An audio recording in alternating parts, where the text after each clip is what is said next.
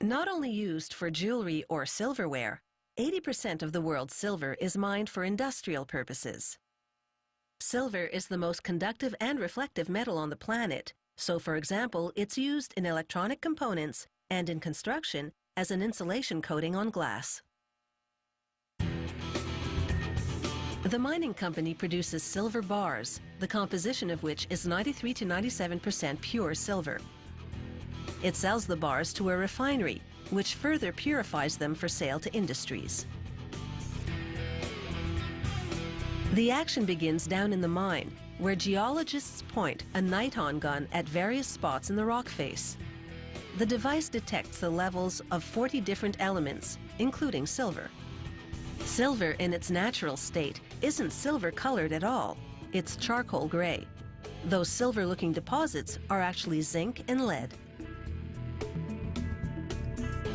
Miners drill holes in the silver-rich areas the geologists pinpointed, then insert sticks of dynamite.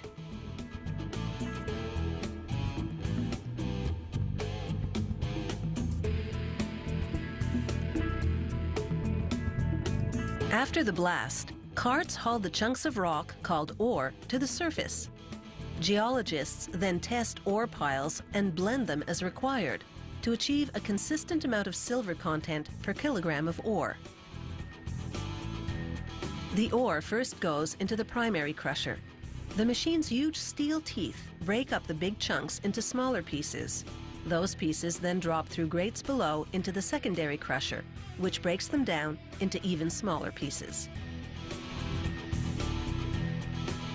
Those go into vibrating cone crushers, which pulverize them into tiny pieces.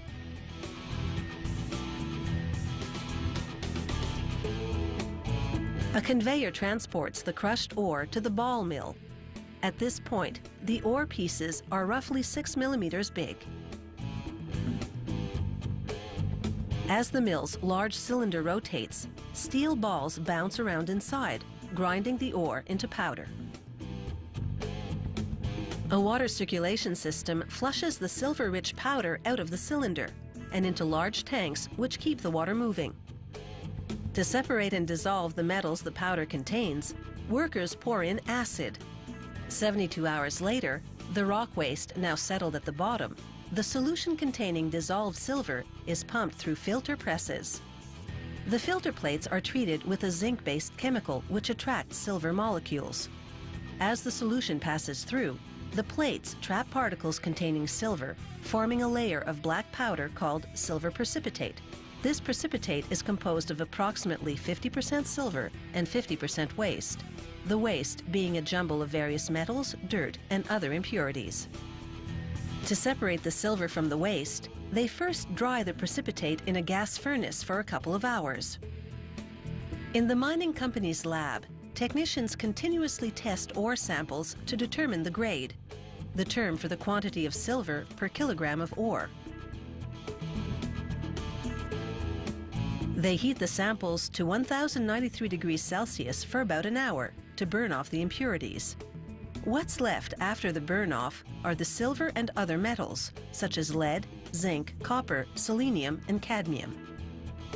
Lab technicians then treat the samples with a chemical that prevents silver from burning off and put them back in the oven.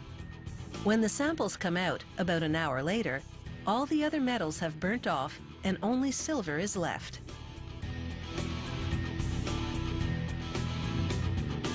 They weigh the silver and compare it to the weight of the original sample in order to calculate the grade. The key to running a profitable mine is to ensure that the grade is consistently within certain parameters. Back at the mill, workers put the now dried silver precipitate into an oven, along with chemicals which prevent silver from burning off.